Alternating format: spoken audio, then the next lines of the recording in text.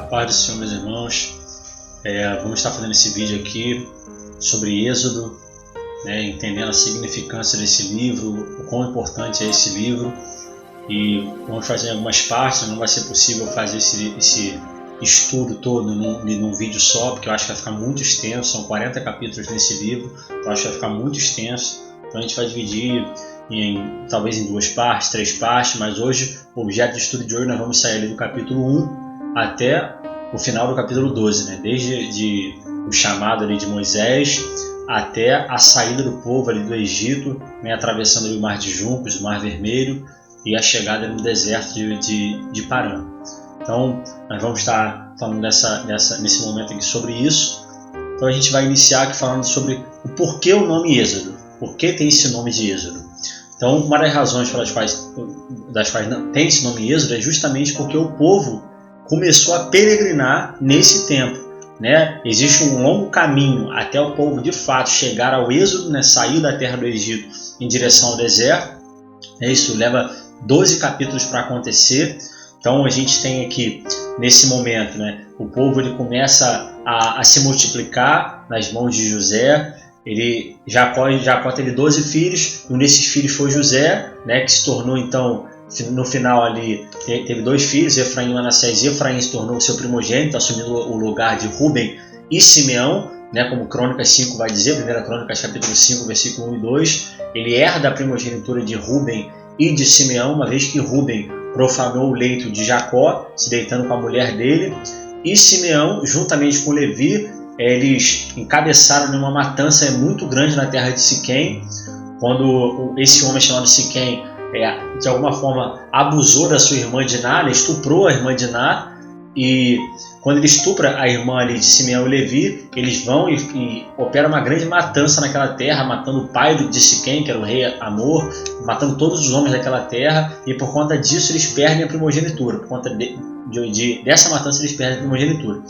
Então, esse homem, José, ele tem 2 filhos, Efraim e Manassés, e esses 2 filhos assumem então a primogenitura. Efraim passa a ser então o primogênito, sendo o primeiro, e Manassés o segundo. Sendo que pela linha sucessória de primogenitura, ali havia Rúben, perdeu a primogenitura, Simeão e Levi perderam a primogenitura, e o quarto da linha sucessória seria Judá. Então por que ele não receberia a primogenitura? Então, de alguma forma, o primogênito ele tinha direito a 3 coisas.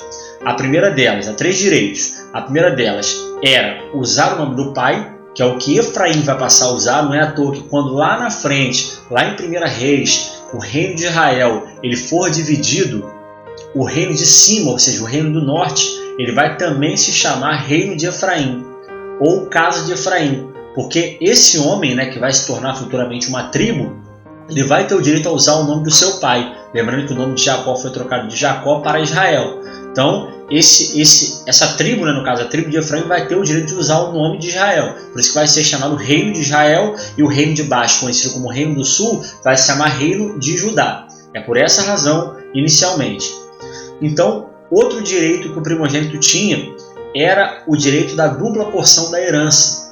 E é por isso que Manassés, ou seja, o segundo filho de José, na verdade, Manassés era o primogênito de José, mas quando Jacó vai abençoar os filhos, ele troca a mão, ele cruza a mão sobre a cabeça dos filhos, até porque talvez uma das razões para Jacó ter mudado essa bênção da primogenitura ali com o nome do pai tenha sido pelo nome de Efraim. Efraim significa frutífero, duplamente frutífero, enquanto Manassés significa Deus me fez esquecer, porque José ele tinha sido vendido pelos seus irmãos. A gente sabe da história toda de Gênesis, ele tinha sido vendido pelos seus irmãos. Quem encabeçou essa venda foi justamente Judá, e por conta disso, quando José chega no Egito, e ele tem o filho de uma mulher chamada Asenate, que é a sua esposa, ele coloca o nome daquele filho de Deus me fez esquecer. Fez esquecer de quê? Daquela situação que tinha acontecido na sua terra ali com os seus irmãos. Ele coloca o nome de Manassés. Já quando ele coloca o nome de Efraim, que significa duplamente frutífero, ele já estava estabelecido na terra do Egito. Ele veio a ser ali o governador do Egito.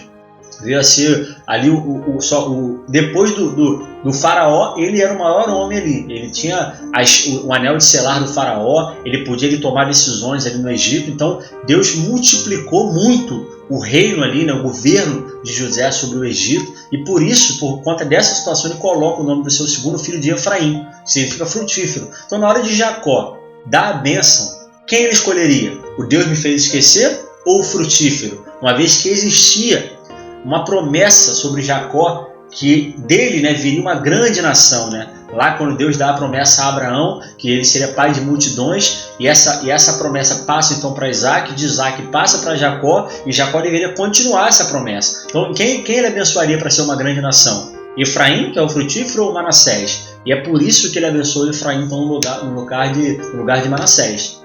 Então, nesse momento, Efraim recebe o nome do seu pai, Israel, o direito de usar o nome, Manassés recebe a dupla porção, e é por essa razão que a única tribo que tem duas possessões de terra, uma aquém do Jordão e outra além do Jordão, é justamente Manassés. A gente vê que além do Jordão nós temos 9 tribos e meia, e aquém do Jordão, ou seja, nessa parte aqui, ali na terra de Gileade, nós temos 2 tribos e meia, que é a tribo de Gade, a tribo de Ruben e a meia tribo de Manassés. Então a gente vê que Manassés recebe 2 porções de terra, simbolizando a dupla porção de herança. E o terceiro direito do primogênito era a autoridade do pai. E quem é que recebe essa autoridade? Judá. E não é à toa que os reis viriam de onde? De Judá. Davi veio de Judá, Salomão veio de Judá. Existe uma dinastia muito longa, de cerca de 350 anos, sobre a casa de Judá, que quando o reino se divide, o reino do sul tem 19 reis, né, mais uma rainha chamada Atalia, que usurpou o trono. Então esses reis, eles vêm todos da linha sucessória de Davi, todos vêm da casa de Davi. E é por isso que isso vai se dar onde? Né? Depois de gerações, 14 gerações, vai nascer quem? O Messias, Jesus Cristo. E por isso ele é chamado de raiz de Davi. Ele vem dessa tribo de Judá, da casa de Davi, da descendência de Davi. Então, dito isso, a gente tem esses três direitos. E é importante para a gente entender algumas coisas que nós vamos ver agora aqui nesse caminho. Então, a gente vê que nesse tempo que José prosperou muito na terra do Egito, os seus irmãos foram se encontrar com ele. Esse faraó que reinava no Egito, nessa época, ele era um bom faraó. Ele era um faraó muito bom, porque ele foi muito bom para o povo de Israel, né? Quando os irmãos de Judá chegam, esse faraó ele dá uma terra para o povo habitar. Ele dá a melhor terra do Egito, conhecido como terra de Ramsés, que na Bíblia a gente vai ver como Gósen. E é nessa terra que o povo vai passar as 10 pragas do Egito ali, não vai sofrer dano algum. Então, assim, esse faraó era um cara muito bom. Né? Não é o faraó que a gente vai ver no tempo de Moisés, que é um faraó que é incrédulo, que se endureceu o seu coração, que a gente vai entender o que significa isso, mas é um pouco diferente o que acontece com esse faraó, que é um cara muito bom, que ajuda muito o povo, e o outro faraó, né, chamado de Amenhotep II, que não vai ajudar tanto o povo assim, muito pelo contrário, vai escravizar o povo, vai manter o povo muito tempo cativo. Né? E só para a gente entender, o povo não passou séculos de escravidão no Egito, não. Né? A história de Israel se dá 430 anos no Egito, mas nesses 430 anos, alguns estudiosos vão trazer como 400 anos ou 450 anos, não foram todos de escravidão. O povo prosperou muito nesse tempo. Nesse tempo o povo se multiplicou. O cumprimento da promessa feita a Abraão se deu nesse tempo. Né? Quando Deus fala para Abraão que ele seria uma grande nação e chega ali no Egito apenas 70 pessoas, que são aqueles que descem com Jacó, 75, como Atos 7, Estevão falando, vai dizer. Quando eles chegam nessa terra, depois o povo começa a se multiplicar muito em terra estrangeira. Essa foi a promessa dada a Abraão. Em terra estrangeira eles começam a se multiplicar muito, começam a crescer muito, e nesse tempo que o povo chega ali a ter cerca de 2 milhões de israelitas. Então é muita gente que habita na terra do Egito. E é por essa razão que o faraó começa a se incomodar com essa situação. O povo está crescendo, o povo está se multiplicando, né? Eles estão se tornando mais numerosos do que nós. Então, se eles continuarem nessa batida aí de ficar se multiplicando, eles vão acabar dominando o Egito. Isso não é bom. E é por isso que eles vão escravizar o povo de Israel. E essa escravidão dura cerca de 90 anos. Então não são os 430 anos, são cerca de 90 anos. Então o homem responsável, o faraó responsável por escravizar o povo não é o faraó que viveu no tempo de José. Né? Êxodo faz questão de falar isso. O livro de Êxodo fala que a geração morreu, aquela geração que conheceu José faleceu, toda aquela geração morreu, inclusive o faraó do tempo de José também havia morrido. Então se levanta um novo faraó que não conhecia José, não conheceu os feitos de José, não conheceu a história de José, e é por isso que ele vai escravizar o povo também. Ele não levou em consideração a memória de José. Então ele escravizando o povo, né, o nome desse faraó, os estudiosos vão chamar como Tutmés III, ele escraviza o povo, ele começa a fazer o povo sofrer, e quando o povo começa a sentir esse fardo pesado, eles começam a clamar ao Senhor, começam a pedir ao Senhor que eles saiam dessa situação de duro fardo que está sobre a vida deles, um jugo muito pesado sobre a vida deles. Então é nesse momento que é chamado então, o homem que a gente vai tratar agora. Então, esse novo faraó, chamado Tutmés III, ele escraviza o povo. E ele estabelece um decreto que todo filho, né, homem, hebreu que nascesse, as parteiras deveriam matá-lo. E duas mulheres muito importantes na Bíblia, que a gente quase não vê sendo falado nas pregações, a gente quase não vê sendo muito dito nos estudos, mas essas mulheres, elas foram muito importantes. Que são duas mulheres chamadas, uma Sifrá e a outra Puá, que eram duas parteiras das hebreias. Né? Possivelmente elas eram egípcias, mas eram responsáveis por fazer o parto das mulheres hebreias. Então o faraó manda elas matarem todos os filhos hebreus. Só que elas não fazem, porque elas temem ao Senhor. Elas eram tementes ao Senhor e elas não matam os filhos hebreus. E é nesse tempo que nasce então um menino, conhecido como Moisés, né, que vai passar por todo o livro do Êxodo. A gente muito conhece a história desse homem, um homem que foi um grande homem de Deus na Bíblia. Então esse homem, ele nasce e as mulheres não matam Moisés. Então o que o faraó manda fazer? Estabelece um novo decreto. Vocês não vão matar, mas uma vez que ele nasceu, porque uma vez que as parteiras tinham falado que as hebreias davam a luz muito rápido, então elas não tinham tempo de matar o menino, né? Elas dão essa desculpa, né? Porque elas são muito boas parindo, então quando a gente vai chegar para fazer alguma coisa, o bebê já saiu, né? O que elas alegam para o faraó. O faraó fala, então tá, vou estabelecer um novo decreto. Depois que nasceu o bebê, vocês vão jogar no rio Nilo, para os crocodilos comerem. Isso era uma forma de sacrifício. Era uma forma de adorar uma divindade que existia ali na terra do Egito. Então as mulheres falam, né, e agora o que a gente vai fazer? Então assim que Moisés nasce, né, diz que ele era um homem formoso e escondem ele por 3 meses ali, com medo do faraó matá-lo, até que um dia, não tem como fazer mais, ele é colocado nos juncos, à beira do rio. Ele não é colocado no rio, né, como a gente vê muitas vezes, ele é colocado à beira do rio, né, junto aos juncos. E a palavra, né, o recipiente que Moisés estava é a mesma palavra usada para a Arca de Noé, que em hebraico se chama Tevá, né, como se fosse uma arca mesmo. E ela é feita de betume e juncos. E é justamente, né, o betume que é passado também na Arca de Noé. Isso tem uma significância muito grande espiritual, né, mostrando ali o livramento de Deus ali, né, simbolizando o próprio Cristo. Então quando Moisés é colocado junto aos juncos, ali perto, na beira do rio, né, o rio provavelmente...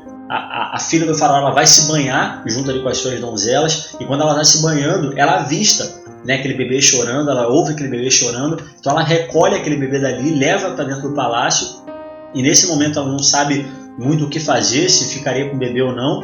Ela pede para achar, e Miriam, o que ela vai fazendo? Miriam é irmã de Moisés, né? Só para a gente entender rapidamente aqui, um casal chamado Joquebed e Anrão, eles dão 3 filhos, Miriam, Arão e Moisés. Então Miriam é irmã de Moisés. Então Miriam, ela acompanha todo esse trajeto da princesa do Egito, né, filho do faraó, até levar ali Moisés para dentro do palácio. Então ela pergunta, quem vai cuidar desse bebê? E Miriam fala, eu conheço uma hebreia que pode cuidar dele, que ela pode ser importante para cuidar dele. E o que Miriam faz então? Chama a mãe de Moisés, Joquebed, para cuidar dele, né? E a princesa acha isso muito bom e até paga para que Joquebed cuide do seu próprio filho, ou seja, para cuidar de Moisés. Olha a provisão de Deus na vida de Moisés, né, mostrando o que seria aí Deus sobre o povo de Israel, como já tinha sido, né, desde Abraão até José, como Deus já tinha livrado o povo, como Deus já tinha abençoado o povo. Mais uma vez Deus estava provendo aí para o povo também a libertação.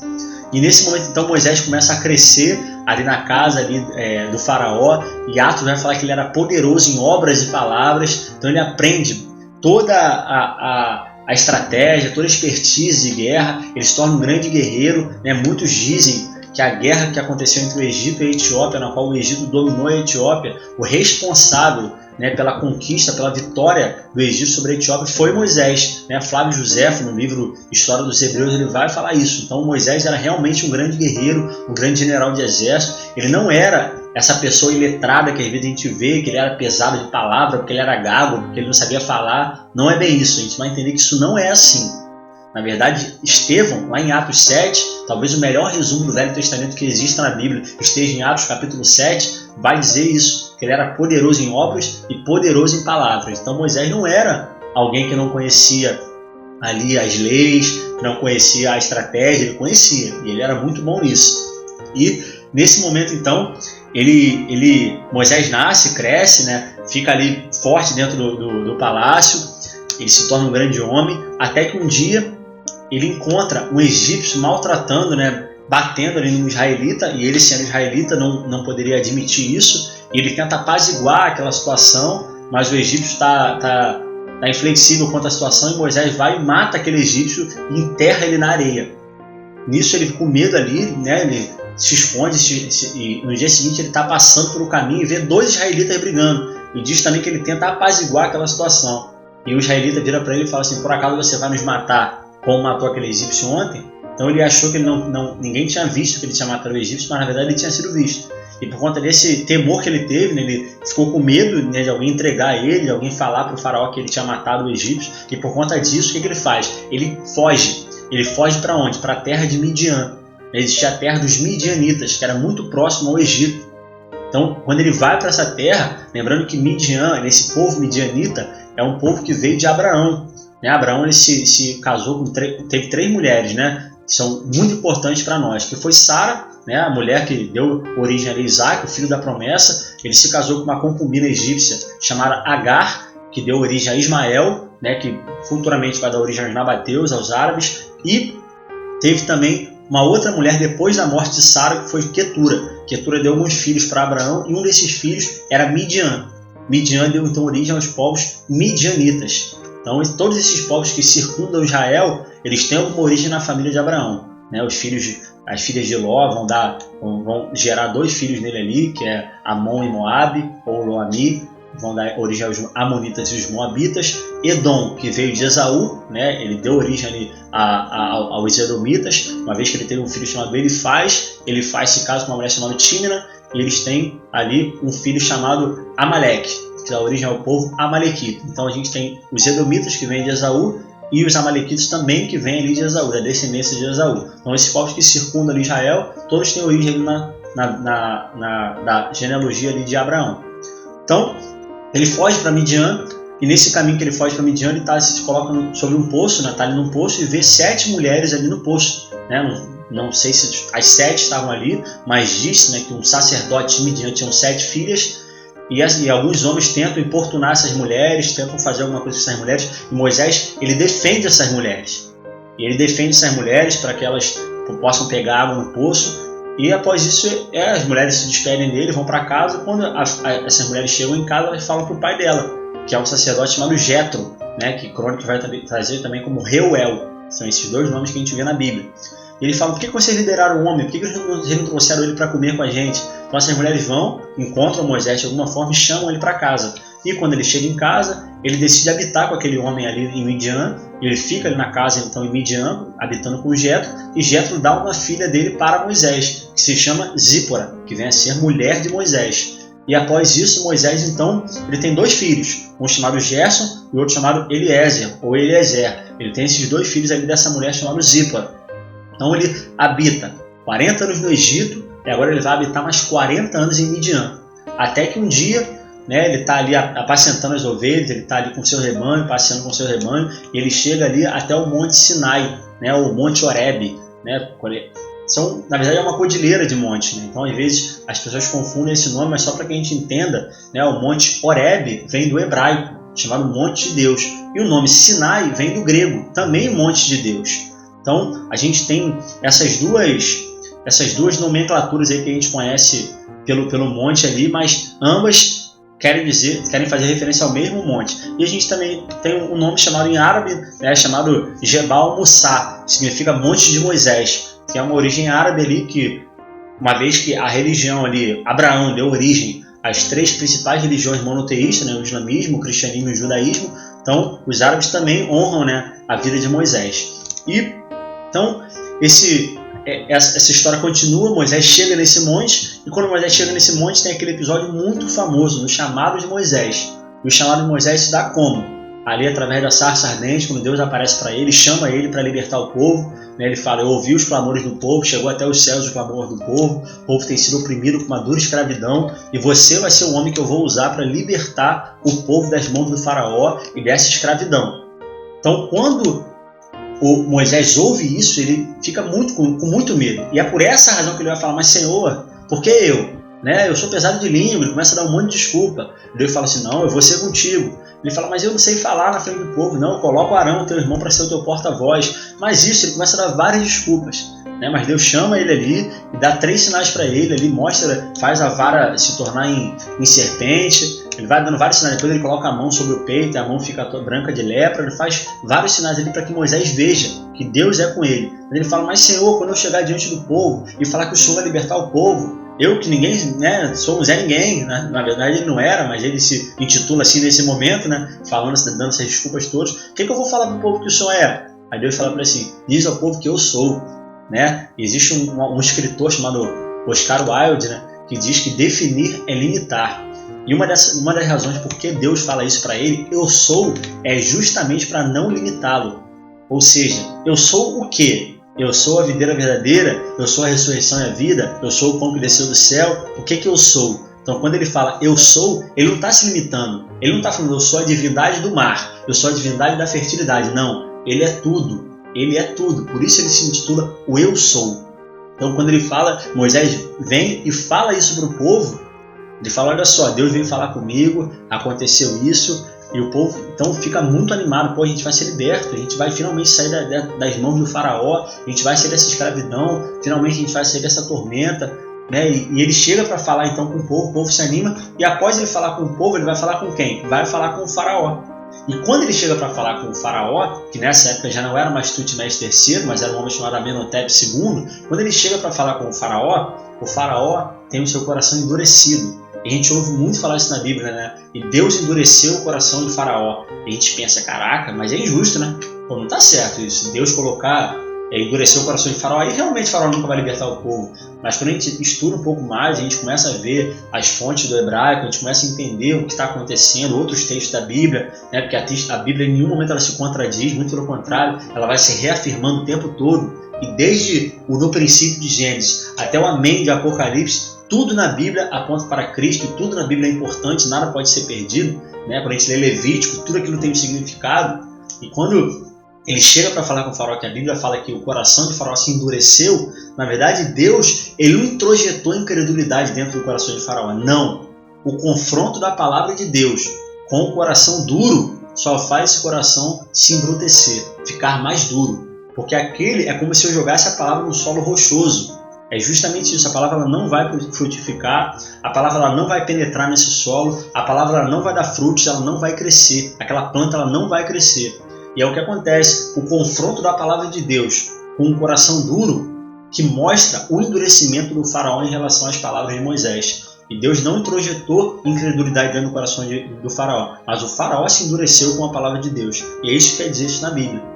Então, nesse momento, Moisés fala, a gente só quer servir ao Senhor, nos mande para o deserto, a gente só quer adorar o Senhor, é só isso que a gente quer. E o faraó fala, não, muito pelo contrário, eu vou aumentar ainda mais a servidão de vocês, eu vou piorar ainda mais a escravidão de vocês. E é nesse ínterim, é nesse momento, então, que vão começar ali as pragas a acontecerem. Né? Moisés chama Arão, eles vão ali até o faraó, diante dos magos, faz o sinal que Deus mandou ele fazer, joga a vara de Arão ali no chão, a vara se torna em serpente, come aquelas outras serpentes que os magos também por algum feitiço tinham feito acontecer, mostrando que o povo de Israel seria muito superior, porque Deus era com eles, e mesmo assim o faraó ele não abre mão daquilo que ele estava falando e mantém o povo escravizado.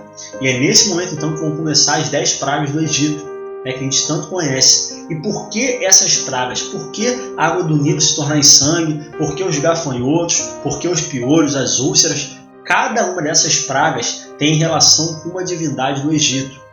né? A gente tem o deus Osíris, que é o deus da imortalidade. A gente tem a deusa Ísis, a gente tem a deusa Requete, a gente tem vários deuses. Cada praga dessa é um confronto de Deus com uma divindade daquela região, mostrando que existe um Deus apenas, existe um Deus que é superior a tudo e a todos. Esse é o grande Eu Sou. Então essas divindades não foram poderosas para livrar o povo disso. E o mais interessante disso tudo é que lembra que a gente falou que o faraó do tempo de José colocou o povo para habitar numa terra chamada Terra de Ramsés ou Terra de Gósen? Pois é, tudo acontecia no Egito. As pragas aconteciam no Egito, ficou em trevas durante 3 dias, a água se tornou em sangue, os animais ficaram com úlcera, tantas coisas aconteceram, a peste chegou sobre eles. Agora, o povo de Israel que habitava na terra de Gósen, nada acontecia lá. O incrível é que quando as trevas chegam sobre o povo do Egito, lá em Gósen está com luz, está tudo normal, a praga não chegava ao povo de Israel, porque Deus envolvia o povo de Israel nas suas mãos e não permitia que as pragas chegassem até lá. Então olha que lindo o que Deus faz com o povo, guardando o seu povo, mostrando que Ele realmente é o grande Eu Sou. E é nesse momento em que Deus faz ali a última praga, vai acontecer a última praga, manda a última praga, que seria o quê? A morte dos primogênitos. E a gente vê nesse tempo todo Faraó endurecendo seu coração. Ora ele fala assim, não, eu vou libertar o povo, chega dessas pragas, eu vou libertar o povo. Passa um dia, ele não liberta o povo, mantém o povo preso ali, né? Vai contra a sua palavra e não liberta o povo, para o povo poder ir para o deserto adorar o Senhor. E por conta disso, Deus então manda a última praga. Mas antes de Deus mandar a última praga, Ele institui a Páscoa. E o significado da Páscoa é um significado muito importante para o povo de Israel e para nós, né? Porque a Páscoa significa justamente a libertação do povo, quando a morte passou sobre eles, né? A palavra Pesach, né, que em hebraico significa passagem, ela significa justamente isso. O que eles deveriam fazer? Eles deveriam pegar um cordeiro, matar esse cordeiro, e o sangue desse cordeiro eles deveriam passar nos umbrais e nas vergas das portas. E Deus mandaria o anjo da destruição, o anjo da morte. Quando esse anjo passasse e ele visse o sangue daquele cordeiro nos umbrais e nas vergas daquela porta, ele passaria por sobre aquela casa. Ele não entraria naquela casa e não mataria o primogênito. E além de ter um ato simbólico nisso, existe um princípio de obediência. Porque não adiantava Deus ter falado para o povo que eles deveriam fazer isso se eles não fizessem. Então existiu, antes de mais nada, a obediência do povo em fazer aquilo que Deus estava mandando. E isso prefigura o que viria a ser Cristo, né? Aponta diretamente para Cristo, como é toda a lei de Moisés e como é todo o Antigo Testamento, aponta para Cristo. E esse cordeiro, né, de 1 ano, que foi imolado, que o sangue dele foi passado sobre a porta, prefigura quem? Prefigura Cristo. Porque um dia ele subiu ao madeiro também e derramou seu sangue, sendo o Cordeiro de Deus que tira o pecado do mundo. Ele derramou seu sangue naquela cruz, e no momento que ele derramou seu sangue naquela cruz, a morte passou por cima de nós e nós tivemos acesso à vida eterna. E foi por essa razão que, ainda que o homem esteja morto, ele viverá, porque quando a morte chegar, a vida dele vai continuar na eternidade com Cristo. Então isso simboliza muito o Cordeiro de Deus, Cristo.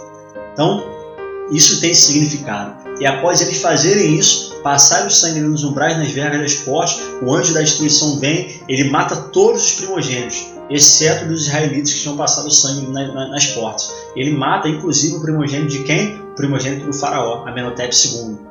E ele pega, né, a história diz que ele pegou o seu filho e entregou nos braços de Osíris, que era o deus da imortalidade. Mas Osíris não pôde ressuscitar o seu filho, porque ele não era o grande Eu Sou. Ele era apenas uma divindade falsa. Então ele não pôde ressuscitar o seu filho. Nesse momento, Faraó manda então Moisés levar o povo embora dali, porque eles estavam atormentando ali a terra do Egito. E é nesse momento que então começa de fato o êxodo. É nesse momento que vai começar então toda a peregrinação do povo pelo deserto, né, que a gente vai conhecer um pouco mais. É nesse momento que Deus vai dar as leis, é nesse momento que Deus vai instituir ali o tabernáculo, as leis civis, as leis morais, as leis cerimoniais, que a gente vai ver isso também na próxima parte. Mas só para a gente entender o longo caminho que existia entre a saída do povo do Egito até o deserto. E como se dá isso? Através da travessia do Mar Vermelho, né, conhecido também como Mar de Juncos.